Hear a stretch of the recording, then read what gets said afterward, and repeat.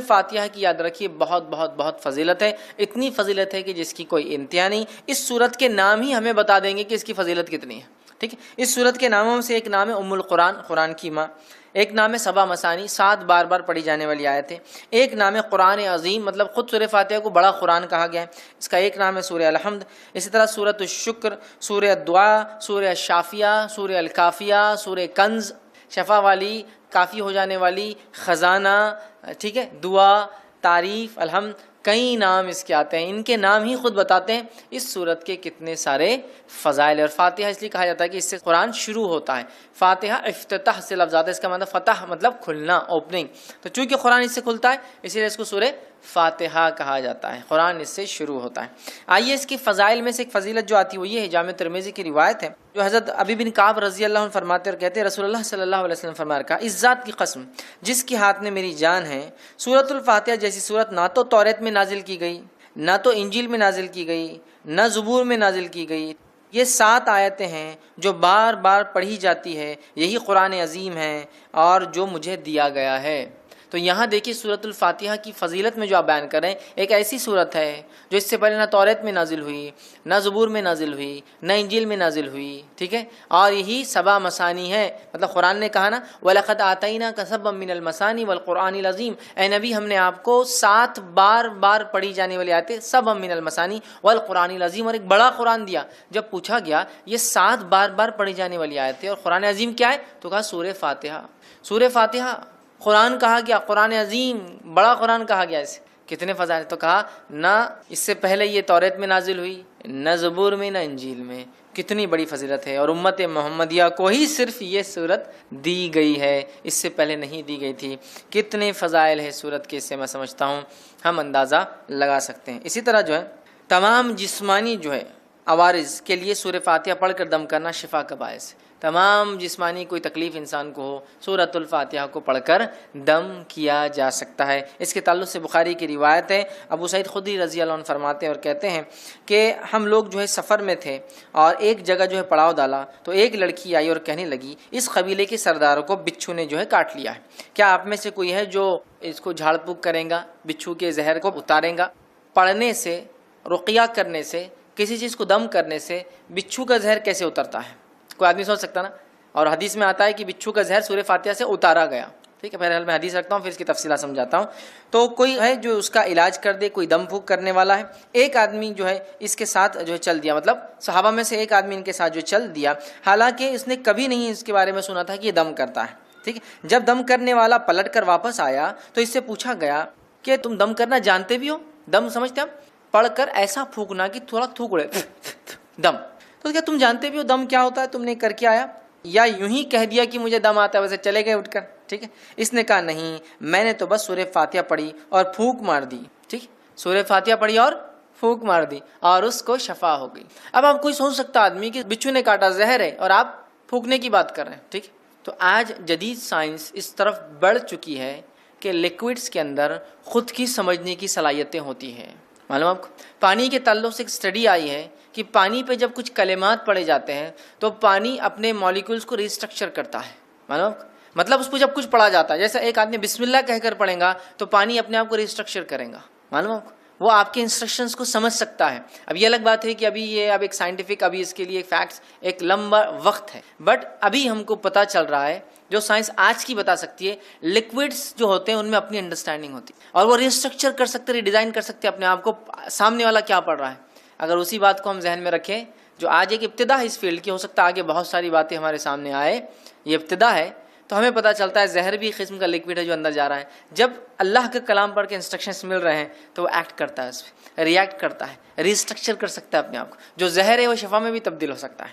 واللہ عالم، یہ تو ابھی ابتدا ہے، آگے آگے دیکھیے جو ہے سائنس دنیا کیا کیا ثابت کرتی ہے جو اسلام نے پہلے ہی بتا دیا ہے نا۔ آج بہت ساری تھراپی جس میں صرف پھونکا جاتا ہے اور سہلایا جاتا ہے، دیکھا آپ نے، مساج، خالی پھونکتے ہیں اور ایسا ایسا یوں کرتے ہیں، ملتے ہیں، صرف مساج نہیں، صرف یوں ملیں گے، سر پہ ہاتھ پھیریں گے، باڈی پہ ہاتھ پھیریں گے اور بولتے ہیں اس سے علاج ہوتا ہے۔ مطلب جرمنی میں ایک سائنٹسٹ ہے، وہ پاگلوں کا یا لوگوں کا علاج کرتا ہے جن کو مرگی وغیرہ کی بیماری، ایپیلیپسی وغیرہ ہوتی ہے، اور وہ ان کو، حالانکہ نان مسلم ہے، کرسچن ہے، تجوید کے ساتھ قرآن پڑھاتا ہے اور اس کی تجزیے کے مطابق، اس کے ایکسپیریمنٹس کے مطابق وہ کہتا ہے اللہ لفظ کو جو تجوید کے ساتھ پراپرلی برابر ادا کیا جائے ایسا آدمی پاگل نہیں ہوتا ہے، وہ مسلمان نہیں ہے، لیکن اس کی تھیراپی کہتی ہے کہ یہ لفظ کو صحیح بولنے سے مینٹلی آدمی اچھا رہتا ہے. سبحان اللہ. ٹھیک ہے، تو بہرحال تو زہر کا اتارا ہے، دیکھیے اس لیے میں نے کہا کہ جسمانی بیماریوں کا اس کے اندر علاج ہے. اسی طرح سورۃ الفاتحہ کی ایک فضیلت یہ ہے، جادو، جن، مرگی یا کسی پر سایہ یا کسی چیز کا اثر ہو، بیماری اگر کسی انسان کو ہو اور صبح اور شام جو ہے 3 مرتبہ سورہ فاتحہ پڑھ کر دم کی جائے تو اس کو شفا مل جاتی ہے. جادو، کوئی اثر، آصیب جس کو کہتے ہیں، ٹھیک ہے، مرگی، ایپیلیپسی، اس جیسی کوئی بھی بیماری ہو انسان کو، اگر سورۃ الفاتحہ صبح اور شام 3 مرتبہ پڑھ کے دم کی جائے تو اس کو فائدہ ہوتا ہے. جس کے تعلق سے ابو داؤد کی روایت ہے، ایک لمبا واقعہ ہے. خارجہ بن سلت رضی اللہ عنہ کا جو اس کے راوی، وہ کہتے ہیں کہ ان کے چچا نے روایت کیا کہ وہ ایک سفر میں تھے اور وہ ایک جگہ سے گزرے جہاں ایک آدمی کو لایا گیا جو زنجیروں میں جکڑا ہوا تھا، مطلب اس کو باندھا ہوا تھا رسیوں وغیرہ میں. لوگوں نے کہا یہ پاگل ہے اور تم محمد صلی اللہ علیہ وسلم کے ساتھی ہو اور تم محمد صلی اللہ علیہ وسلم کے ساتھ رہے ہو، کچھ ایسا پڑھو کہ اس انسان کو شفا ہو جائے.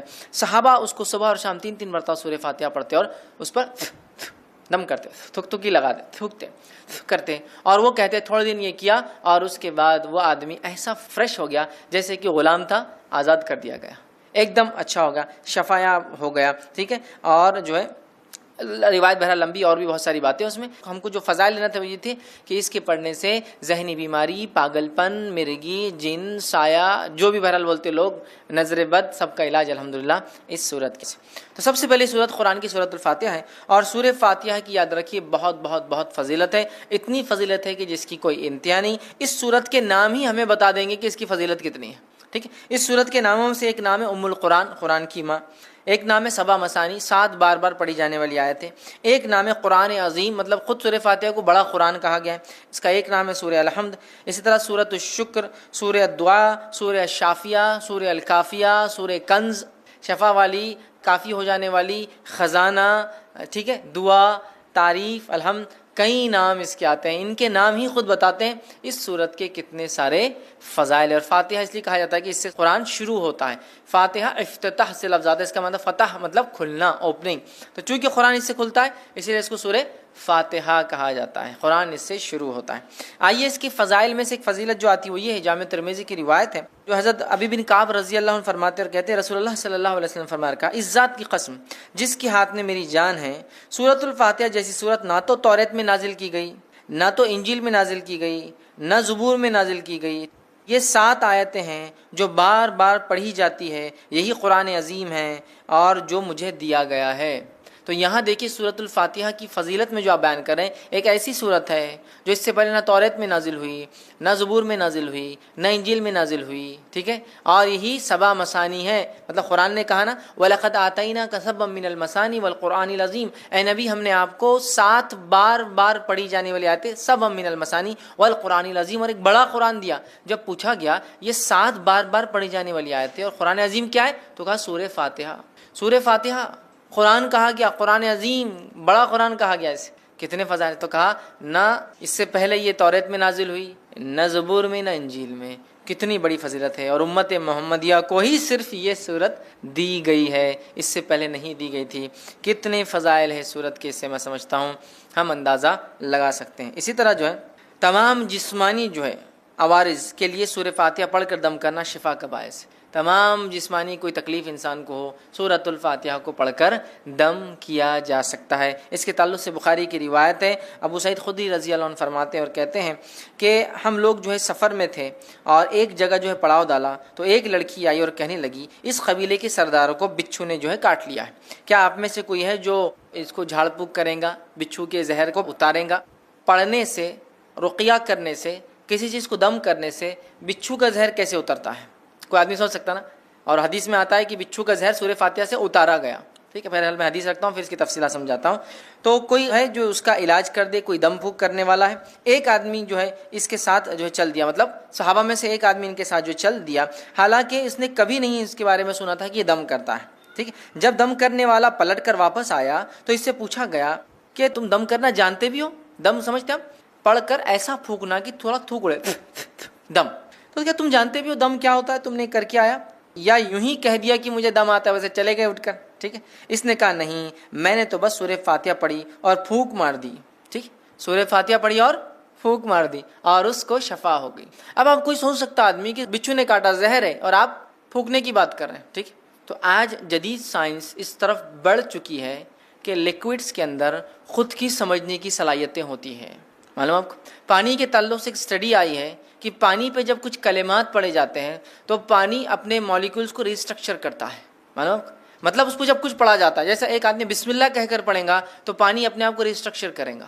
معلوم آپ کو وہ آپ کے انسٹرکشنز کو سمجھ سکتا ہے. اب یہ الگ بات ہے کہ اب ایک سائنٹیفک ابھی اس کے لیے فیکٹس ایک لمبا وقت ہے، بٹ ابھی ہم کو پتہ چل رہا ہے جو سائنس آج کی بتا سکتی ہے، لکوڈس جو ہوتے ہیں ان میں اپنی انڈرسٹینڈنگ ہوتی ہے اور وہ ریسٹرکچر کر سکتے، ریڈیزائن کر سکتے اپنے آپ کو، سامنے والا کیا پڑھ رہا ہے. اگر اسی بات کو ہم ذہن میں رکھیں، جو آج ایک ابتدا ہے اس فیلڈ کی، ہو سکتا ہے آگے بہت ساری باتیں ہمارے سامنے آئے، یہ ابتدا ہے، تو ہمیں پتہ چلتا ہے زہر بھی قسم کا لکوڈ ہے جو اندر جا رہا ہے. جب اللہ کے کلام پڑھ کے انسٹرکشنز مل رہے ہیں تو وہ ایکٹ کرتا ہے، اس پہ ریئیکٹ کرتا ہے، ریسٹرکچر کر سکتا ہے اپنے آپ کو. جو زہر ہے وہ شفا میں بھی تبدیل ہو سکتا ہے. واللہ عالم. یہ تو ابھی ابتدا ہے، آگے آگے دیکھیے جو ہے سائنس دنیا کیا کیا ثابت کرتی ہے جو اسلام نے پہلے ہی بتا دیا ہے نا. آج بہت ساری تھراپی جس میں صرف پھونکا جاتا ہے اور سہلایا جاتا ہے. دیکھا آپ نے مساج، خالی پھونکتے ہیں اور ایسا ایسا یوں کرتے ہیں، ملتے ہیں، صرف مساج نہیں، صرف یوں ملیں گے، سر پہ ہاتھ پھیریں گے، باڈی پہ ہاتھ پھیریں گے اور بولتے ہیں اس سے علاج ہوتا ہے. مطلب جرمنی میں ایک سائنٹسٹ ہے، وہ پاگلوں کا یا لوگوں کا علاج کرتا ہے جن کو مرگی وغیرہ کی بیماری، ایپیلیپسی وغیرہ ہوتی ہے، اور وہ ان کو، حالانکہ نان مسلم ہے، کرسچن ہے، تجوید کے ساتھ قرآن پڑھاتا ہے اور اس کی تجزیے کے مطابق، اس کے ایکسپیریمنٹس کے مطابق وہ کہتا ہے اللہ لفظ کو جو تجوید کے ساتھ پراپرلی برابر ادا کیا جائے ایسا آدمی پاگل نہیں ہوتا. صراط الذین انعمت علیہم، اس راستے پر چلا جن پر تیرا انعام ہوا، جن پر تیرا انعام ہوا. یاد رکھیں، جن پہ تیرا انعام ہوا، تیری نعمتیں تو نے برسائی، جو تیرے پسندیدہ بندے تھے، انعام ان پہ ہوں گے نا اللہ کے جو پسندیدہ بندے تھے. تو اہدنا الصراط، سیدھے راستے پہ چلا. اور کس کے راستے پہ چلا؟ مطلب اس سے پہلے کون تھے جو سیدھے راستے پہ چلے؟ وہ انعام والے لوگ. اہدنا الصراط المستقیم، سیدھے راستے پہ چلا، ان کے راستے پہ چلا جن پہ تیرا انعام ہوا. انعام ان پہ ہوا جو سیدھے راستے پہ چلے تھے. وہ کون تھے؟ من النبیین، وہ انبیاء تھے، والصدیقین، اور سچے لوگ تھے، والشہداء، اور شہید تھے، والصالحین، اور نیکوکار تھے، وحسن اولئک رفیقا، جو قرآن کی ایک آیت کا ہی حصہ یاد رکھے نا. ایک لمبا واقعہ ہے اس کے پیچھے بہرحال، لیکن انعام والے لوگ کون ہیں یہ آیت کے اندر بتا دیا گیا. وَمَن يُطِعِ اللَّهَ وَرَسُولَهُ فَأُولَئِكَ مَعَ الَّذِينَ أَنْعَمَ اللَّهُ مِنَ النَّبِيِّينَ وَالصِّدِّيقِينَ وَالشُّهَدَاءِ وَالصَّالِحِينَ وَحَسُنَ أُولَئِكَ رفیقا، کہ جو اللہ اس کے رسول کی اطاعت کریں گا تو وہ ہوں گا روز قیامت ان کے ساتھ، من النبیین، انبیاؤں کے ساتھ، والصدیقین، سچوں کے ساتھ، والشہداء، شہیدوں کے ساتھ، والصالحین، اور نیکوکاروں کے ساتھ، وحسن اولئک رفیقا، اور کیا ہی بہترین ساتھی. سمجھے آپ؟ انعام کس پر ہو؟ چار لوگوں پر، انبیاؤں کے طریقے پہ ہم کو چلنا ہے، اور بالخصوص نبی اکرم صلی اللہ علیہ وسلم کے طریقے، چونکہ آخری نبی جو ہمیں دیے گئے. وصدیقین، اور سچوں کے طریقے پہ، جس طرح سے ابوبکر صدیق سچے انسان تھے، سارے دنیا نے جھٹلایا، آپ نے اقرار کیا. سارے لوگ عرب کے ہنس رہے تھے کہ محمد کہہ رہے ہیں، جو مشہور واقعہ ہے کہ آپ کو لقب صدیق کیوں ملا، وہ یہ تھا کہ سارے لوگ ہنس رہے تھے کہ محمد صلی اللہ علیہ وسلم رات کے حصے میں کل گئے اور جا کر مسجد اقصیٰ سے پھر آسمانوں کا سفر کر کے آئے. دیکھو محمد، نعوذ باللہ، محمد صلی اللہ علیہ وسلم تمہارا ساتھی، کسی نے ابوبکر صدیق سے کہا تمہارا ساتھی جو ہے نعوذ باللہ پاگل ہو چکا ہے کہ وہ یہ کہہ رہا ہے کہ رات کے حصے میں مسجد اقصیٰ جو کہ 1 مہینے کا سفر، اس کے بعد آسمانوں کا سفر کر کے آیا ہے. ابوبکر صدیق رضی اللہ عنہ نے کہا کیا محمد صلی اللہ علیہ وسلم یہ بات کہہ رہے؟ تو کہا پھر میں اس کو مانتا ہوں، وہ جا کر آئے. صدیق سچا مطلب تصدیق کرنے والا، سچ کو ماننے والا. صدیقین جیسا ابوبکر صدیق اور دیگر سچے لوگ تھے. والشہداء، اور شہید، جس طرح سے عمر ابن خطاب رضی اللہ عنہ، جس طرح سے عثمان ابن عفان رضی اللہ عنہ، جس طرح سے علی بن ابی طالب رضی اللہ عنہ، جس طرح سے حمزہ بن عبد المطلب رضی اللہ عنہ، اور جس طرح سے ایک لمبی فہرست ہے شہداء کی. اور وہ صالحین، اور جو نیک لوگ ہیں، اللہ کے نیک بندے ہیں، یہ وہ 4 لوگ ہیں کیٹیگریز جن پہ اللہ کا انعام ہوا. یہ سب ایمان کے بعد والی چیز ہے. ایمان لائے، وہ سارے تقاضوں کو پورا کرنے والے، لیکن ایمان کی بلندیوں کو چھونے والے، جس میں انبیاء جن کے درجے تک ساری انسانیت بھی مل جائے تو ایک نبی کے ایمان کے برابر یہ درجے تک نہیں پہنچ سکتی، وہ تھے. اور اس کے بعد ان کے راستے پہ ہمیں چلنا ہے، بالخصوص نبی اکرم صلی اللہ علیہ وسلم کے طریقے پر. اور پھر وہ صدیقین، وہ سچے لوگ ہیں جو تصدیق کرتے تھے حق کی ہر دور اور زمانے میں. آج بھی اس زمانے سے ہم گزر رہے ہیں جس زمانے میں اسلام کا انکار کرنا، حق کا انکار کرنا معمولی بات سمجھی جا رہی ہے. یاد رکھیں، اس دور میں تصدیق کرنا کہ میں ایمان لاتا ہوں اس چیز پر، من ہوں ان جیسا کہا گیا، یہ ایک سچے انسان کی، مومن کی آج پہچان ہے. وہ شہداء، وقت پڑنے پر اپنا جان مال تو انسان لگاتا ہے، جان بھی اللہ کے راہ میں لگا دے. وہ صالحین، اور نیکیوں پہ اڑا رہے، اس لیے کہ آج نیکی کرنا بہت مشکل کام ہے. وحسن اولئک رفیقا، اور اللہ نے کہا کیا ہی بہترین ساتھی ہے. جو اللہ رسول کی اطاعت کرے گا تو ہوں گا 4 لوگوں کے ساتھ، اور یہ بہترین ساتھی ہے. تو یہ انعام والے لوگ ہیں. تو اللہ چلا ہمیں سیدھے راستے پر. کن کے راستے پر؟ جو اس راستے پہ چل چکے ہیں پہلے. وہ کون ہے؟ وہ 4 لوگ جن پہ تیرا انعام ہوا. وہ 4 لوگ یہ ہے. ٹھیک ہے. صراط الذین انعمت علیہم غیر المغضوب، اور مت چلا ان راستے پر، ان لوگوں کے راستے پر جن پر تیرا غضب ہوا. اس سے مراد یہود، اس سے مراد یہود، اس لیے کہ وہ ایمان والے تھے ہم سے پہلے، لیکن ایمان والے ہونے کے باوجود انہوں نے کفر کو اور شرک کو پسند کیا، انبیاء کی نافرمانی کو پسند کیا، اللہ کے جس کو شعار علامت انبیاء کو قتل کرنا پسند کیا، جو رب چاہتا تھا اس کی خلاف ورزی کرنے کو پسند کیا. ہفتے کو مت شکار کرو، کرنا ہے پسند کیا. سمجھ رہے آپ؟ نافرمانیوں کو پسند کیا، اطاعت کو چھوڑ دیا. یہود، ان پر اللہ کا غضب ہوا، اور یہود کی خصوصیت رہی جو ان سے کہا گیا وہ پیچھے رہے اس کے، اور اللہ رب العزت ان سے وعدہ کر چکا قیامت تک یہودیوں کو اللہ تعالیٰ آزماتا رہے زبردست عذاب سے. ہر صدی میں ان پہ عذاب آتا ہے، ہر دور میں ان پر ایک صدی میں عذاب آتا ہے، زبردست اللہ عذاب لاتا ہے چونکہ ان کی سرکشیاں اتنی زیادہ ہیں. تو کہا غیر المغضوب، چلا انعام والی راہ پر، مت چلا ان لوگوں کے طریقے پر جن پر تیرا غضب ہوا. یہاں مراد یہود ہے. ولا الضالین، اور ان کے طریقے پہ مت چلا جو تیرے راہ سے بھٹک گئے. یہاں مراد نصارہ، اس لیے کہ ایک یہودیوں کو دیے گئے انبیاء انہوں نے قتل کیا انبیاءوں کو بے حرمتی، اور ایک دیے گئے نبی نصارہ کو انہوں نے خدا بنا دیا. مطلب دونوں ہی الگ الگ ڈائریکشن میں بھاگے، ایک حد سے پیچھے رہ گیا تو ایک حد سے آگے بھاگ گیا. جو ان کی رائٹس تھے، جو ان کا حق تھا، وہ چھوڑ کر ایک نے اتنا دیا کہ بولے یہ تو اللہ ہی ہے نبی کو، اور ایک نے کیا کیا؟ نبیوں کو قتل کیا جا رہا ہے دھڑلے سے. یہ نبی نے برابر فتویٰ دیا قتل کر دو، ایک بات اپنے دل سے خلاف کی، قتل کرا دو، مار دو. سمجھ رہا بات؟ تو بہرحال یہود نے انبیاء کو قتل کیا، معمولی سمجھا، اور نصارہ نے جو نبی ان کو دیے گئے عیسیٰ علیہ السلام خدا بنا دیا لے جا کر. گاڈ یا ون وتھ گاڈ، جو بھی بولیے، خدا یا خدا کے ساتھ ایک بنا دیا. ہم نے دونوں سے پناہ مانگی کہ مغضوب والے راستے پہ بھی نہیں چلنا ہے اور ضالین والے. تو ہم کو ایک طرح سے اللہ رب العزت نے ایک گائیڈ لائنز دے دیا، سب سے منیمم دعا بتا دی کیا ہے کہ ہمیں کیا کرنا ہے، سیدھے راستے پر چلنا ہے، انعام والوں کے طریقے پہ چلنا ہے، اور 2 لوگوں کے طریقے سے بچنا ہے. اگر اتنا ہم سمجھ لیں، اس لیے میں نے کہا دنیا اور آخرت کی کامیابی اس دعا کے اندر شامل ہے کہ ہم نے سمجھ لیا کہ ہمیں کیا کرنا ہے، سیدھے راستے پہ چلنا ہے. قرآن جو بتاتا ہے ہمیں ان لوگوں کے راستے پہ چلنا جن پر انعام ہو، انبیاء کے طریقے، بالخصوص محمد صلی اللہ علیہ وسلم کے طریقے پہ، اور اس کا صدیقین، شہداء، صالحین کے طریقے پہ چلنا ہے. یہ کر لیے تو دنیا کی کامیابی، آخرت کی کامیابی ہو گئی. اور 2 لوگوں کے راستے سے بچنا ہے، مطلب انہوں نے جو شر یا سرکشی یا برائی یا جو کام کیا وہ ہم کو نہیں کرنا ہے. بس اگر یہ نہیں کہ تو ہم خود بخود ان کے راستے پہ ہو جاتے ہیں. مطلب ایمان لانے کے بعد صراط مستقیم پہ اگر ہم ہیں اور اس کے بعد انعام والے لوگوں کے طریقے پہ چل رہے ہیں تو 2 چیزوں سے بچنا ہے ہم کو. وہ کیا ہے؟ جس طرح سے یہود نے کام کیا جن پہ اللہ کا غضب ہوا، اور ضالین نے کیا. اگر یہ کر لیتے ہیں انشاءاللہ عزیز تو ہم ان دونوں سے بچ گئے، اور یہ لوگوں کے طریقے پہ چل گئے تو دنیا بھی کامیاب، آخرت بھی. ابھی انعام والوں کی راہ کیا ہے اور کیسی ہے؟ یہ صراط مستقیم کیا ہے؟ قرآن اب شروع ہو رہا ہے اس کے بعد، ہے نا، سورہ فاتحہ کے بعد الف لام میم ذالک الکتاب شروع ہو رہا ہے کہ یہ ہے وہ صراط مستقیم جو حدیث کے اندر جامع ترمذی کے آگے قرآن جو بلاتا ہے لوگوں میری طرف آؤ، صراط مستقیم. یہ صراط مستقیم پہ قائم رہنے کا ایک ہی ذریعہ قرآن، دوسرا کوئی ذریعہ نہیں، کوئی کتاب نہیں، کوئی چیز نہیں. قرآن اے لوگوں میری طرف آؤ، اور وہ صراط مستقیم یاد رکھیں، وہی سیدھا راستہ ہے. تو ہمیں قرآن کو تھامنا ہے. اگر اہدنا الصراط المستقیم ہم دعا کرتے ہیں تو صراط الذین انعمت علیہم، انعام والوں کی راہ. کیا انعام والوں کی راہ؟ کیا کیا انہوں نے؟ قرآن اٹھا لیجیے، سورہ بقرہ چالو ہو گیا، موسیٰ علیہ السلام کا واقعہ چالو ہو گیا. کیا حرکتیں کی موسیٰ علیہ السلام کے ساتھ لوگوں نے؟ ہمیں وہ حرکتیں اپنے انبیاء، اپنے نبی کے ساتھ، اور خاص طور سے محمد صلی اللہ علیہ وسلم کے ساتھ نہیں کرنا چاہیے، چونکہ ہم آخری امت ہے، لہٰذا دوسرے نبی کا تذکرہ اب ہمارے لیے وہ لائق اتباع نہیں ہے. محمد صلی اللہ علیہ وسلم طریقے پہ چلنا ہے. ہم نے کوئی بھی کام اس کے خلاف نہیں کرنا جس طرح سے وہ لوگوں نے اپنے انبیاءوں کو تنگ کیا. ہمیں وہ کوئی حرکت، وہ کوئی کام، وہ کوئی خصلت، وہ کوئی کیریکٹر اپنے اندر نہیں پیدا کرنا ہے جو یہود کے اندر تھا، جس کے اللہ کا غضب ہوا ان پر. کوئی بھی چیز نہیں کرنا جو انہوں نے کیا، کسی بھی شکل میں انہوں نے کیا، ہمیں نہیں کرنا ہے. سمجھ رہے ہیں؟ ہمیں کچھ نہیں کرنا ہے، ورنہ پھر کیا ہوگا؟ نتیجہ وہی ہوگا. ہمیں جو ہے ہر وہ چیز کی خلاف ورزی کرنا ہے جو انہوں نے کیا، اس لیے کہ انہوں نے اپنی کتاب کی ہر وہ چیز کی خلاف ورزی کی جو ان کو کرنے کو کہا گیا تھا. معلوم آپ کو، انہیں کہا جا رہا ہفتے دن مت کرو شکار، تو کر رہے ہیں. ہمیں ان کی مخالفت کرنا ہے. نبی اکرم صلی اللہ علیہ وسلم ساری زندگی یہودیوں کی مخالفت، حتیٰ کہ جب آپ مدینہ پہنچنے کے بعد پوچھا کہ یہودی روزہ رکھتے ہیں 10 محرم کو، کیوں؟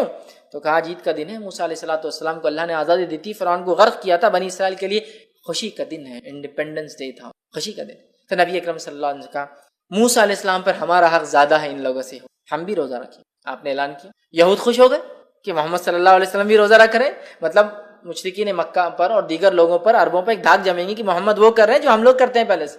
نبی اکرم صلی اللہ علیہ وسلم نے اعلان کیا اگر اگلے سال زندہ رہا تو میں ایک نہیں 2 روزے رکھوں گا. یہود نے کہا یہ آدمی کوئی ایک چیز تو جس میں ہماری مخالفت چھوڑے، کوئی ایک چیز تو. اب روزہ تھا، اس میں بھی انہوں نے 2 رکھ دی. نبی اکرم صلی اللہ علیہ وسلم نے کوئی چیز میں ان کی جو ہے پیروی نہیں کی، ہر چیز میں مخالفت کی.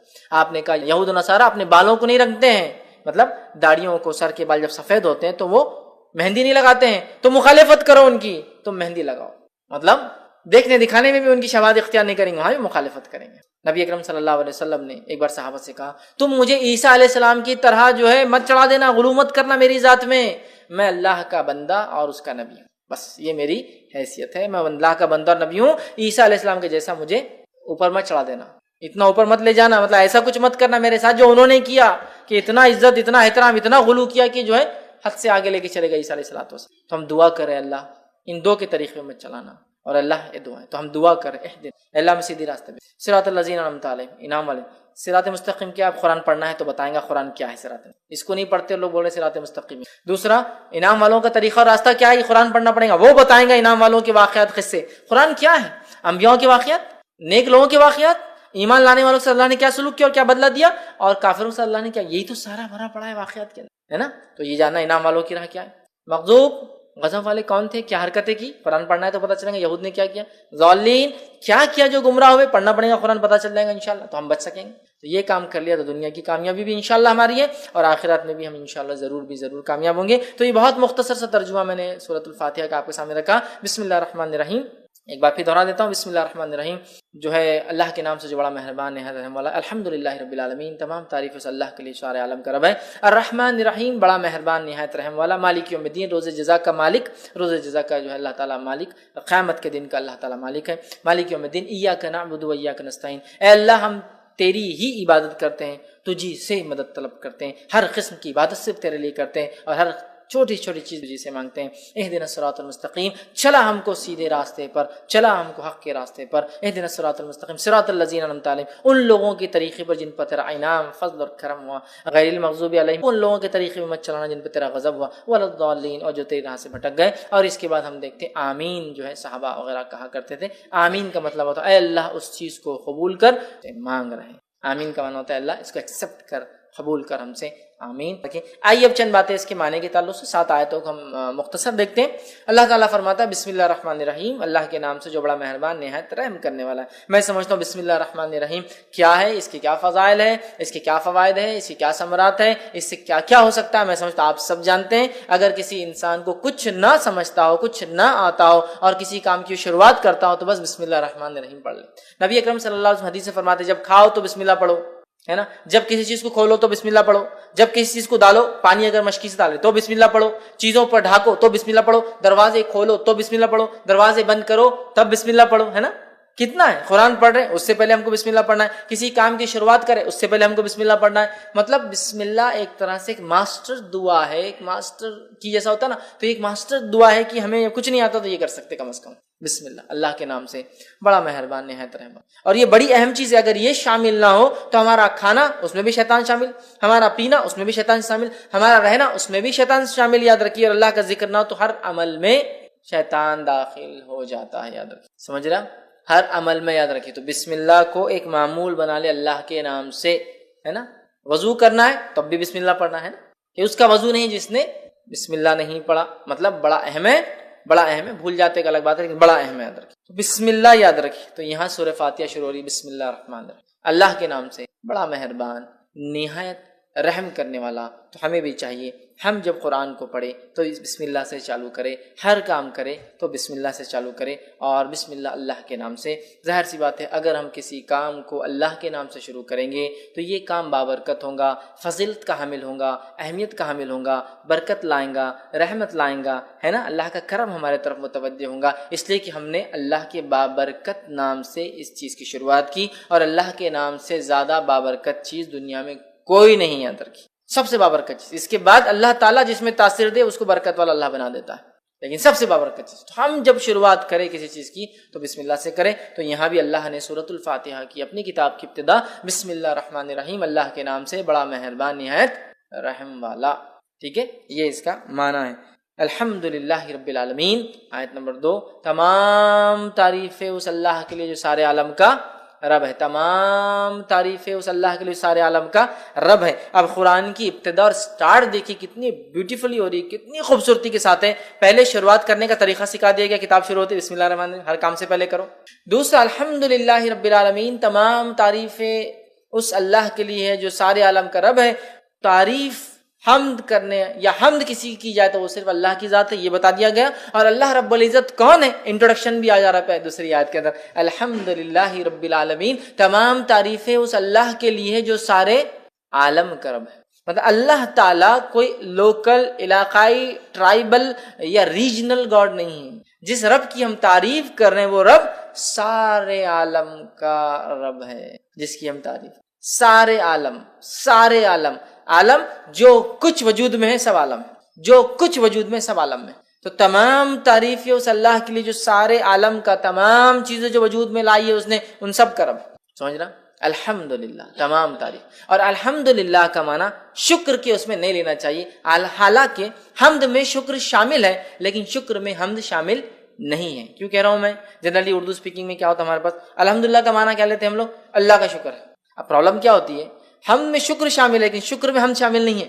سمجھ رہے آپ؟ جیسا کہ اگر میں کہہ رہا ہوں شکریہ بھائی صاحب آپ نے میرا کام کیا، لیکن ضروری نہیں میں اس کی تعریف کروں، میں پسند بھی نہیں کرتا ہوں اس کو، نہیں شکریہ ادا کرتا ہوں. حمد میں شکر شامل ہے، شکر میں ہم شامل نہیں ہے. اگر ہم اردو زبان کے اعتبار سے اس کا معنی اللہ کا شکر ہے، جیسا کہ لوگ کھانا کھاتے ڈکارائی تو الحمدللہ پڑھتے ہیں، اس کے علاوہ بہت کم پڑھتے ہیں. حالانکہ الحمدللہ کے تعلق سے اس کی فضیلت ہے، لا الہ الا اللہ افضل الذکر، الحمدللہ افضل الدعا، حدیث کے الفاظ، افضل الدعا، سب سے افضل دعا الحمدللہ، سب سے افضل دعا الحمدللہ. تو بہرحال اس کا معنی تمام تعریفیں، تمام شکر اللہ کے لیے نہیں ہے، تمام تعریف. چونکہ شکر کے اندر حمد شامل نہیں ہوتی، حمد میں شکر شامل ہے، تو ہم اس کو تمام تعریفیں لیں. اللہ کا شکر یہ معنی مت لیں، ورنہ اللہ کا شکر معنی میں لیں گے تو پھر صرف اچھائی پہ بولنا پڑے گا. اگر کوئی خیر ہم کو نظر نہ آیا تو ہم اس پہ الحمدللہ کیوں بولیں گے، الحمدللہ کیوں بولیں گے؟ جیسا کہ کوئی پیدا ہو گیا کسی کے گھر میں، بچہ پیدا ہوا تو کیا بولتے ہیں لوگ؟ الحمدللہ اللہ نے مجھے اولاد عطا کی.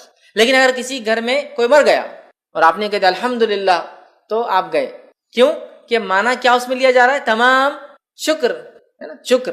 تو یار یہ موت پہ تم بول رہے، جب کہ الحمدللہ تمام تعریف ہے. تو کوئی پیدا ہو بھی تو تعریف اللہ کی، کوئی بیمار ہو بھی تو تعریف اللہ کی، کوئی مر جائے بھی تو تعریف اللہ کی، دنیا میں خیر بھی آئے تعریف اللہ کی، شر بھی ہمارے اوپر آئے جو کہ آزمائش ہے تعریف اللہ کی، تعریف اللہ کی یاد رکھیے چاہے حالت سے ہم جو بھی گزرے. تو الحمدللہ رب العالمین، تمام تعریف ہے اللہ کے لیے جو سارے عالم کا، عالم سے مراد ہر وہ چیز جو ایگزسٹنس میں، ہر وہ چیز جو وجود میں، انسانوں کا عالم، جنوں کا عالم، فرشتوں کا عالم، کیڑے مکوڑوں کا عالم، مچھلیوں کا عالم، جانوروں کا عالم، چرند پرند کا عالم، تمام چیزیں جو کچھ ہے، کائناتوں کا عالم. یاد رکھیے لا تعداد کائنات جو اللہ نے، تمام عالموں کو آپ دیکھیں تو آپ تعجب کریں گے.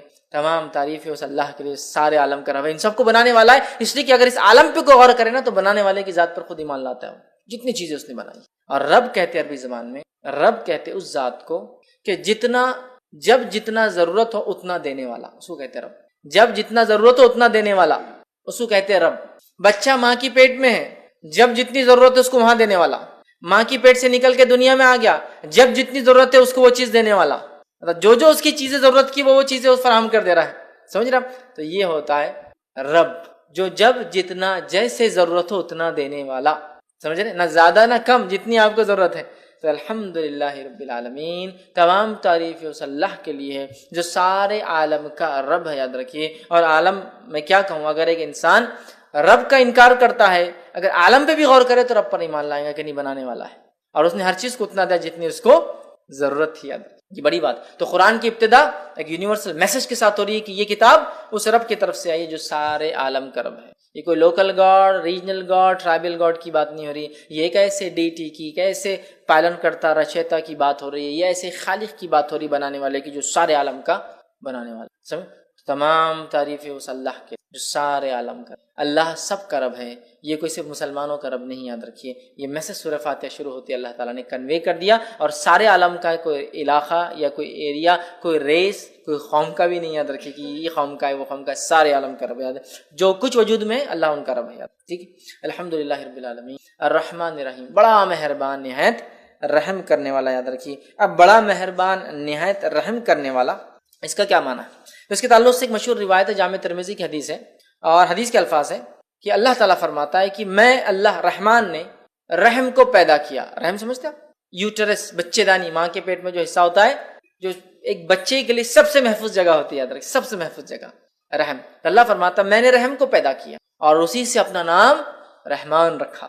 رحم سے نام رحمان رکھا. جو اس کے رشتوں کو باقی رکھیں گا تو میں بھی اپنا تعلق اس سے باقی رکھوں، اور جو اس رحم کے رشتوں کو توڑ دیں گا تو میں بھی اس سے اپنا تعلق توڑ لوں. ایک روایت میں کہ اللہ نے رحم کو پیدا کیا اور اس کو عرش کے نیچے رکھ دیا. تو رحم نے اللہ سے دعائی دی, اللہ سے فریاد کی, مانگا, اے اللہ. تو اللہ نے بولا کیا بات ہے, کیا ہونا؟ تو کہا میرے سلسلے میں کیا معاملہ ہے, میرے سلسلے میں کیا معاملہ ہے جو میرے سے باقی رکھے, مطلب پیدا رشتوں کو باقی رکھے, اور جو توڑے کیا معاملہ ہے؟ تو اللہ نے کہا جو تیرے رشتوں کو باقی رکھے گا میں بھی اس سے رشتہ باقی, جو توڑ دیں گا میں بھی اس سے رشتہ. تو رحم خوش ہو گیا, پھر سیٹسفائیڈ ہو گیا کہ میرا حق ادا ہو گیا.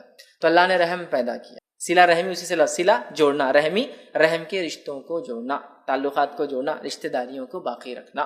ٹھیک ہے, دینی بنیاد پر رشتے توڑے جا سکتے ہیں, لیکن انسان بنا کوئی شرع عذر کے رشتے نہ توڑے جیسے آج کل ہوتا ہے. بہرحال تو اللہ نے رحم پیدا کیا, رحم سے نام لیا رحمان. اور علماء لکھتے ہیں رحمان اور رحیم ایک ہی اس کی اصل ہے, ایک ہی اصل ہے. رحیم رحم اس کی اصل ہے, یہ دونوں لفظ اسی سے آتے ہیں. رحمان اللہ کا رحم گریٹر ڈگری میں, رحیم اللہ کا رحم کرنا جس کو کہیں گے کنڈیشنل ڈگری میں. کیسے؟ اللہ بارش برساتا ہے, جب بارش برستی ہے ایک علاقے میں تو مسلم اور غیر مسلم, ایمان والا اور کافر, ماننے والا نہ ماننے والا, شکر کرنے والا نہ شکرے, سب پر برستی, سب فائدہ اٹھاتے. رحمان انکنڈیشنل رحم, اور رحیم کنڈیشنل رحم. اللہ تعالیٰ روز قیامت صرف مومنوں پہ رحم کرے گا, کافروں پہ نہیں کریں گے. سمجھ رہا؟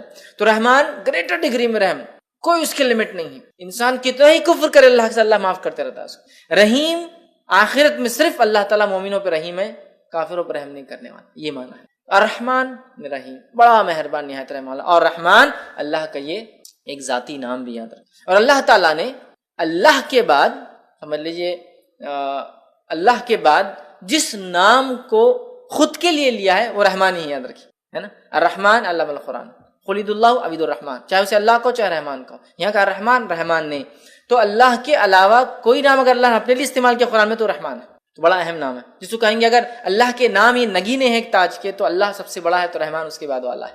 سمجھ رہا؟ تو رحمان اس کے ذاتی نام بھی ہے, رحیم صفتی نام بھی ہے. رحمان بہت رحم کرنے والا اور بڑا مہربان, سب کے لیے نہایت رحم کرنے والا, مومنوں کے لیے آخرت میں.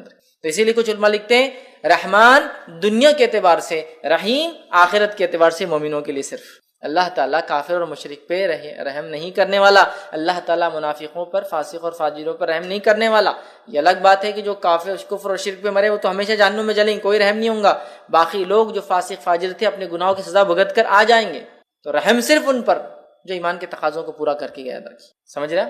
اور رحمان سب پر. تو اسی لیے علماء لکھتے ہیں رحمان دنیا کے اعتبار سے, رحیم آخرت کے اعتبار سے. اور اللہ رب العزت نے اس بات کو یوں بھی قرآن نے فرمایا, سورہ نمبر 33 آیت میں 43 کے اندر کہا وَكَانَ بِالْمُؤْمِنِينَ رَحِيمًا, اور اللہ تو مومنوں کے لیے رحم کرنے والا ہے, مومنوں کے لیے رحم کرنے والا ہے, دوسروں کے لیے. لیکن رحمان ساری انسانیت کے لیے, اس بات کو ہم یاد رکھیں. ٹھیک, تو رحمان رحیم مالک یوم الدین, روز جزا کا, بدلے کے دن کا مالک, قیامت کے دن. ٹھیک, قیامت دن کا مالک. اب کیا اللہ کے علاوہ کیا کوئی اور مالک ہے؟ تو اللہ یہ کیوں کہہ رہا ہے قیامت کے روز کا مالک؟ تو دنیا کا مالک ہے, آخرت کا مالک. لیکن دنیا میں کہیں نہ کہیں کسی نہ کسی بنیاد پر ہم چھوٹے ہی ایک دم, جس کو بنی اللہ کے مقابلے میں تو یہ دعویٰ کچھ بھی مان, لیکن کہیں نہ کہیں دعوے دار ہوتے, یہ میرا ہے, وہ میرا ہے, میں یہاں کا بادشاہ ہوں, وہ وہاں کے مالک ہے نا, یہ فلاں کے مالک ہے, کچھ نہ کچھ ملکیت ہوتی ہے نا ہماری.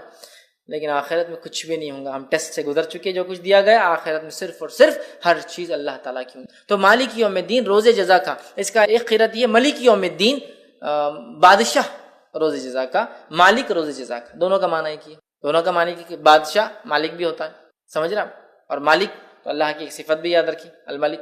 تو بادشاہ روز جزا کا, تو مالک یوم الدین روز جزا کا مالک, روز جزا کا مطلب قیامت کے دن کا مالک. ٹھیک, اور مالک یہ معنی کو اگر ہم سمجھ گئے نا, مالک کی ملکیت کیا ہوتی ہے. جیسے کہ ایک آدمی شرک کرتا ہے تو وہ کیا کر رہا ہے ایکچولی, مالک اللہ رب العزت کی ملکیت میں کسی کو ایڈ کر رہا ہے لا کر, جبکہ اللہ اکیلا مالک ہے. بنانے والے نے اگر کوئی چیز بنائی تو کیا وہ پسند کریں گا اس کے گھر کے اندر کوئی اور آ کے اس کی باؤنڈری کے اندر کچھ بنائے؟ تو اللہ تعالیٰ بھی مالک, بادشاہ بھی پسند نہیں کرتا اس کی ملکیت میں کوئی آئے, اور مالک بھی پسند نہیں کرتا اس کی ملکیت میں کوئی آئے.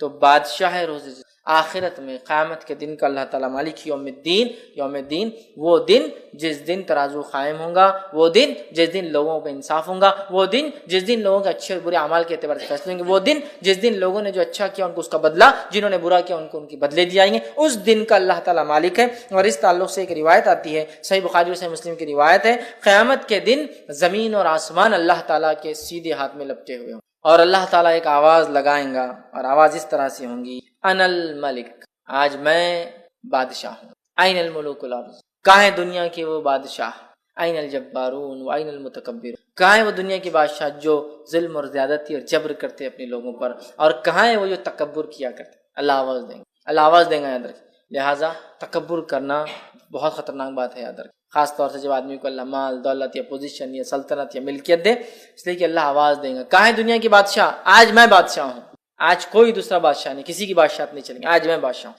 کہاں ہے دنیا کے بادشاہ؟ لا ان کو آج میرے، کہاں ہے جو جبر و زیادتی کرتے، کہاں ہے وہ لوگ جو تکبر کرتے؟ تو اللہ تعالیٰ یاد رکھیے بدلے کے دن کا مالک ہے۔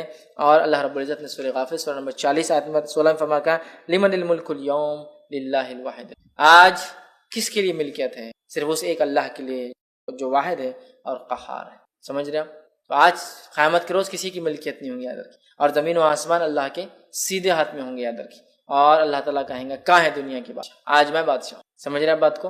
تو لہٰذا اللہ بادشاہ ہے روز جزا کا، بدلے کے دن کا، جس دن جس نے جو دنیا میں کیا تھا اس کو اس کے بدلے چکائے جائیں گے، حساب اور کتاب ہوں گا اس ڈگری اور اس لیول تک کہ ایک بکری جس کو سینگ نہیں ہوں گے، اس کو کسی سینگ والی بکری نے مارا ہوں گا تو بغیر سینگ والی کو سینگ دیا جائے گا، وہ اس بکری کو ماریں گے جس نے دنیا میں مارا تھا اور ان کا معاملہ ختم کر دیا جائے۔ صحیح مسلم کی روایت۔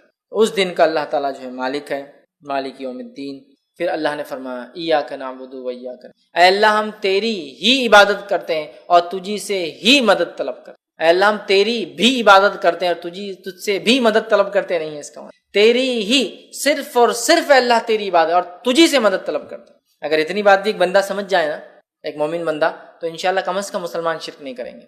حالت یہ ہے کہ ہم اس سورت کو پڑھتے ہیں، کتنی بار پڑھتے ہیں؟ خالی فرض نمازیں جو لوگ پڑھتے ہیں، خالی فرض تو 17 بار ہو جاتی ہے، فجر کی 2 رکعت، ظہر کی 4 رکعت، عصر کی 4 رکعت، مغرب کی 3 رکعت، عشاء کی 4 رکعت، 17 دفعے پڑھ رہا ہے اس کو۔ ایاک نعبد و ایاک نستعین، اے اللہ ہم تیری ہی عبادت کر اور تجھی سے ہی مدد طلب کر، تیری بھی نہیں، تیری ہی، ہے نا؟ سمجھ رہا ہوں؟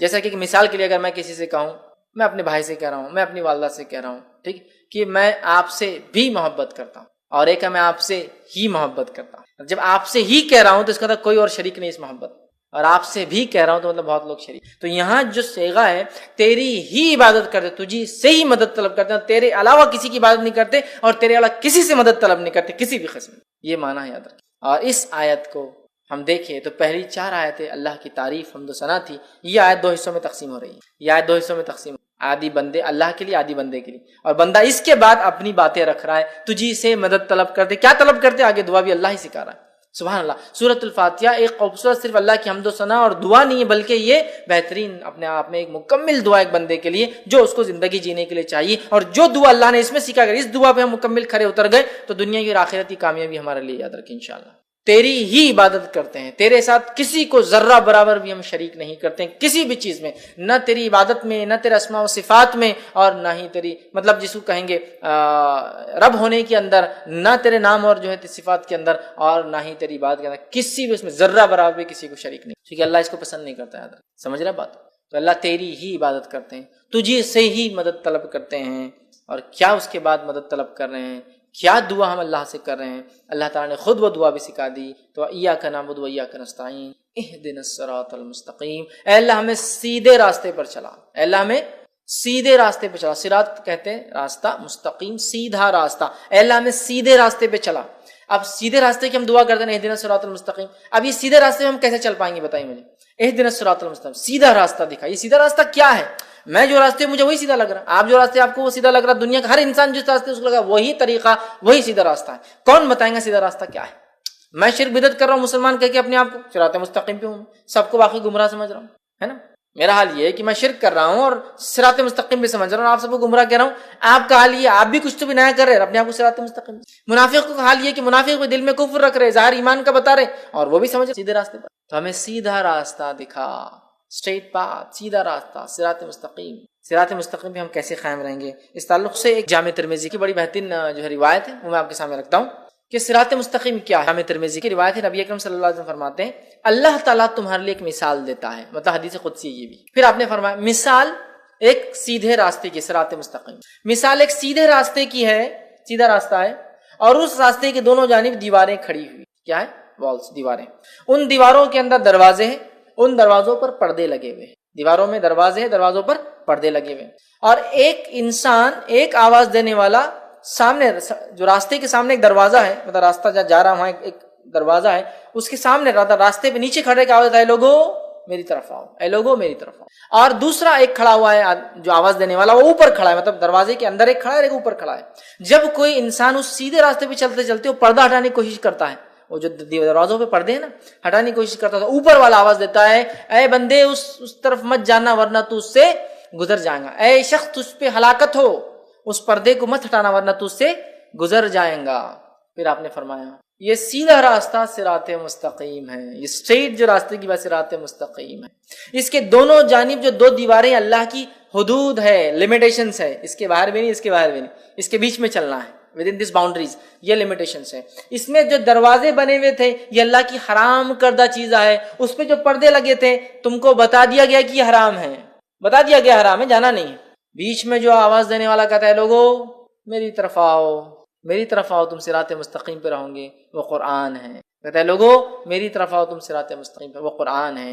اور اوپر جو آواز دینے والا ہے، جب وہ آدمی پردہ ہٹانے کی کوشش کرتا ہے، حرام چیز کی طرف جانے کی کوشش کرتا ہے، تو آپ نے فرمایا وہ جو اوپر والا آواز جو دیتا ہے ایک مومن کا سچا دل ہے جو سب سے پہلے حرام چیز پر اس کے خلاف گواہی دیتا ہے، ارے مت کرو غلط ہے۔ مومن کا سچا دل ہے جو سب سے پہلے خود بولتا ہے ارے مت کرو وہ غلط ہے۔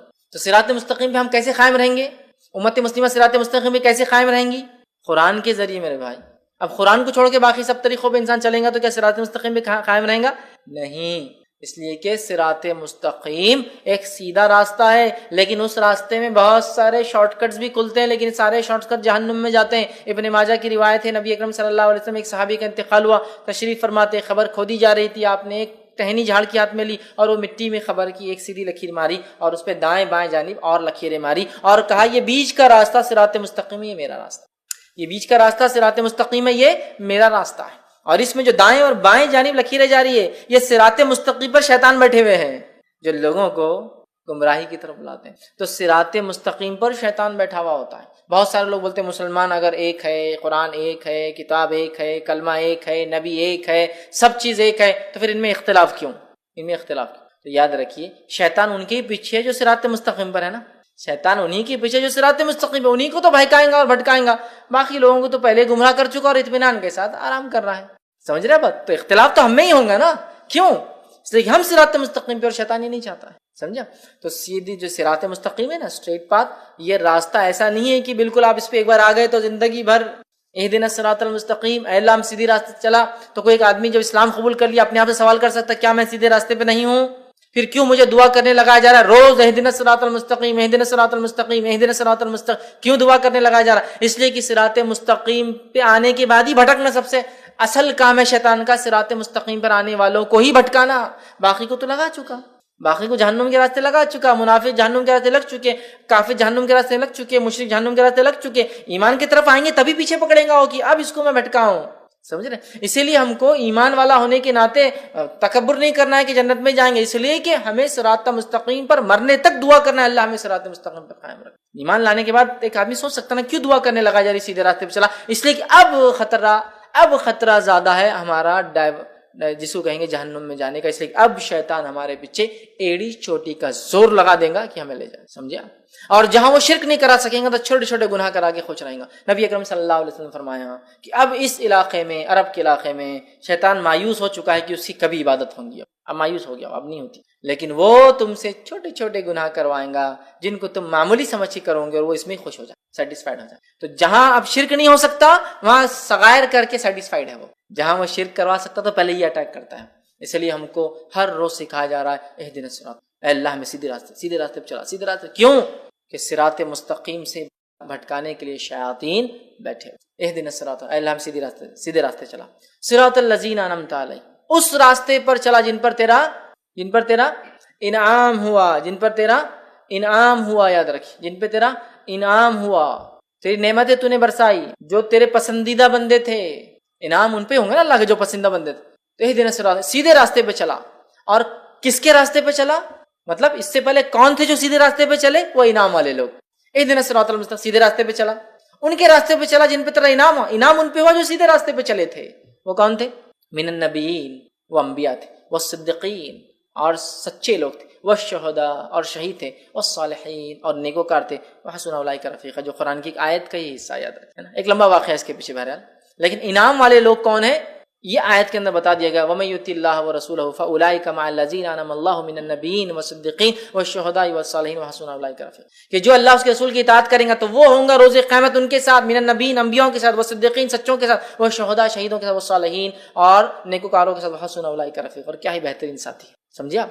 انعام کس پر ہو؟ 4 لوگوں پر، انبیاءوں کے طریقے پہ ہم کو چلنا ہے، اور بالخصوص نبی اکرم صلی اللہ علیہ وسلم کے طریقے، چونکہ آخری نبی جو ہمیں دیے گئے، والصدیقین اور سچوں کے طریقے پہ، جس طرح سے ابوبکر الصدیق سچے انسان تھے، سارے دنیا نے جھٹلایا، آپ نے اقرار کیا، سارے لوگ عرب کے ہنس رہے تھے کہ محمد کہہ رہے ہیں، جو مشہور واقعہ ہے کہ آپ کو لقب صدیق کیوں ملا، وہ یہ تھا کہ سارے لوگ ہنس رہے تھے کہ محمد صلی اللہ علیہ وسلم رات کے ایک حصے میں کل گئے اور جا کر مسجد اقصیٰ سے پھر آسمانوں کا سفر کر کے آئے، دیکھو محمد، نعوذ باللہ، محمد صلی اللہ علیہ وسلم تمہارا ساتھی، کسی نے ابوبکر صدیق سے کہا تمہارا ساتھی جو ہے نعوذ باللہ پاگل ہو چکا ہے، کہ وہ یہ کہہ رہا ہے کہ رات کے ایک حصے میں مسجد اقصیٰ جو کہ 1 مہینے کا سفر، اس کے بعد آسمانوں کا سفر کر کے آیا ہے۔ ابوبکر صدیق رضی اللہ عنہ نے کہا کیا محمد صلی اللہ علیہ وسلم یہ بات کہہ رہے؟ تو کہا پھر میں اس کو مانتا ہوں، وہ جا کر آئے۔ صدیق سچا مطلب تصدیق کرنے والا، سچ کو ماننے والا، صدیقین جیسا ابوبکر صدیق اور دیگر سچے لوگ تھے، والشہداء اور شہید، جس طرح سے عمر ابن خطاب رضی اللہ عنہ، جس طرح سے عثمان ابن عفان رضی اللہ عنہ، جس طرح سے علی بن ابی طالب رضی اللہ عنہ، جس طرح سے حمزہ بن عبد المطلب رضی اللہ عنہ، اور جس طرح سے ایک لمبی فہرست ہے شہداء کی، اور وہ صالحین اور جو نیک لوگ ہیں، اللہ کے نیک بندے ہیں، یہ وہ 4 لوگ ہیں کیٹیگریز جن پہ اللہ کا انعام ہوا۔ یہ سب ایمان کے بعد والی چیز ہے، ایمان لائے وہ سارے تقاضوں کو پورا کرنے والے، لیکن ایمان کی بلندیوں کو چھونے والے، جس میں انبیاء جن کے درجے تک ساری انسانیت بھی مل جائے تو ایک نبی کے ایمان کے برابر یہ درجے تک نہیں پہنچ سکتی، وہ تھے، اور اس کے بعد ان کے راستے پہ ہمیں چلنا ہے، بالخصوص نبی اکرم صلی اللہ علیہ وسلم کے طریقے پر، اور پھر وہ صدیقین، وہ سچے لوگ ہیں جو تصدیق کرتے تھے حق کی ہر دور اور زمانے میں۔ آج بھی اس زمانے سے ہم گزر رہے ہیں جس زمانے میں اسلام کا انکار کرنا، حق کا انکار کرنا معمولی بات سمجھی جا رہی ہے۔ اس دور میں تصدیق کرنا کہ میں ایمان لاتا ہوں اس چیز پر، منہ ان جیسا کہا گیا، یہ ایک سچے انسان کی، مومن کی آج پہچان ہے۔ وہ شہداء، وقت پڑنے پر اپنا جان مال تو انسان لگاتا ہے، جان بھی اللہ کے راہ میں لگا دے۔ وہ صالحین، اور نیکیوں پہ اڑا رہے، اس لیے کہ آج نیکی کرنا بہت مشکل کام ہے۔ وحسن اولئک رفیقا، اور اللہ نے کہا کیا ہی بہترین ساتھی ہے، جو اللہ رسول کی اطاعت کرے گا تو ہوں گا 4 لوگوں کے ساتھ، اور یہ بہترین ساتھی ہے، تو یہ انعام والے لوگ ہیں۔ تو اللہ چلا ہمیں سیدھے راستے پر، کن کے راستے پر؟ جو اس راستے پہ چل چکے ہیں پہلے، وہ کون ہے؟ وہ 4 لوگ جن پہ تیرا انعام ہوا، وہ 4 لوگ یہ ہے، ٹھیک ہے، صراط الذین انعمت علیہم غیر المغضوب، اور مت چلا ان راستے پر، ان لوگوں کے راستے پر جن پر تیرا غضب ہوا۔ اس سے مراد یہود، اس سے مراد یہود، اس لیے کہ وہ ایمان والے تھے ہم سے پہلے، لیکن ایمان والے ہونے کے باوجود انہوں نے کفر کو اور شرک کو پسند کیا، انبیاء کی نافرمانی کو پسند کیا، اللہ کے جس کو شعار علامت انبیاء کو قتل کرنا پسند کیا، جو رب چاہتا تھا اس کی خلاف ورزی کرنے کو پسند کیا، ہفتے کو مت شکار کرو کرنا ہے پسند کیا، سمجھ رہے آپ، نافرمانیوں کو پسند کیا، اطاعت کو چھوڑ دیا۔ یہود، ان پر اللہ کا غضب ہوا، اور یہود کی خصوصیت رہی جو ان سے کہا گیا وہ پیچھے رہے اس کے، اور اللہ رب العزت ان سے وعدہ کر چکا قیامت تک یہودیوں کو اللہ تعالیٰ آزماتا رہے گا زبردست عذاب سے، ہر صدی میں ان پہ عذاب آتا ہے، الملک ہر دور میں ان پر ایک صدی میں عذاب آتا ہے، زبردست اللہ عذاب لاتا ہے، چونکہ ان کی سرکشیاں اتنی زیادہ ہیں۔ تو کہا غیر المغضوب، چلا انعام والی راہ پر، مت چلا ان لوگوں کے طریقے پر جن پر تیرا غضب ہوا، یہاں مراد یہود ہے، ولا الضالین، اور ان کے طریقے پہ مت چلا جو تیرے راہ سے بھٹک گئے، یہاں مراد نصارہ، اس لیے کہ ایک یہودیوں کو دیے گئے انبیاء انہوں نے قتل کیا انبیاءوں کو بے حرمتی، اور ایک دیے گئے نبی نصارہ کو انہوں نے خدا بنا دیا، مطلب دونوں ہی الگ الگ ڈائریکشن میں بھاگے، ایک حد سے پیچھے رہ گیا تو ایک حد سے آگے بھاگ گیا، جو ان کی رائٹس تھے، جو ان کا حق تھا وہ چھوڑ کر ایک نے اتنا دیا کہ بولے یہ تو اللہ ہی ہے نبی کو، اور ایک نے کیا کیا، نبیوں کو قتل کیا جا رہا ہے دھڑلے سے، یہ نبی نے برابر فتویٰ دیا قتل کر دو، ایک بات اپنے دل سے خلاف دی قتل کرا دو، مار دو، سمجھ رہا بات۔ تو بہرحال یہود نے انبیاء کو قتل کیا، معمولی سمجھا، اور نصارہ نے جو نبی ان کو دیے گئے عیسیٰ علیہ السلام خدا بنا دیا لے جا کر، گاڈ یا ون وتھ گاڈ، جو بھی بولیے، خدا یا خدا کے ساتھ ایک بنا دیا۔ ہم نے دونوں سے پناہ مانگی کہ مغضوب والے راستے پہ بھی نہیں چلنا ہے اور ضالین والے، تو ہم کو ایک طرح سے اللہ رب العزت نے ایک گائیڈ لائنز دے دیا، سب سے منیمم دعا بتا دی کیا ہے کہ ہمیں کیا کرنا ہے، سیدھے راستے پر چلنا ہے، انعام والوں کے طریقے پہ چلنا ہے، اور 2 لوگوں کے طریقے سے بچنا ہے۔ اگر اتنا ہم سمجھ لیں، اس لیے میں نے کہا دنیا اور آخرت کی کامیابی اس دعا کے اندر شامل ہے کہ ہم نے سمجھ لیا کہ ہمیں کیا کرنا ہے، سیدھے راستے پہ چلنا ہے، قرآن جو بتاتا ہے ہمیں ان لوگوں کے راستے پہ چلنا جن پر انعام ہو، انبیاءوں کے طریقے، بالخصوص محمد صلی اللہ علیہ وسلم کے طریقے پہ، اور اس کا صدیقین، شہداء، صالحین کے طریقے پہ چلنا ہے۔ یہ کر لیے تو دنیا کی کامیابی، آخرت کی کامیابی ہو گئی، اور 2 لوگوں کے راستے سے بچنا ہے، مطلب انہوں نے جو شر یا سرکشی یا برائی یا جو کام کیا وہ ہم کو نہیں کرنا ہے بس. اگر یہ نہیں کہ تو ہم خود بخود ان کے راستے پہ ہو جاتے ہیں. مطلب ایمان لانے کے بعد صراط مستقیم پہ اگر ہم ہیں اور اس کے بعد انعام والے لوگوں کے طریقے پہ چل رہے ہیں تو دو چیزوں سے بچنا ہے ہم کو. وہ کیا ہے؟ جس طرح سے یہود نے کام کیا جن پہ اللہ کا غضب ہوا اور ضالین نے کیا، اگر یہ کر لیتے ہیں انشاءاللہ عزیز تو ہم ان دونوں سے بچ گئے اور یہ لوگوں کے طریقے پہ چل گئے تو دنیا بھی کامیاب آخرت بھی. ابھی انعام والوں کی راہ کیا ہے اور کیسی ہے؟ یہ صراط مستقیم کیا ہے؟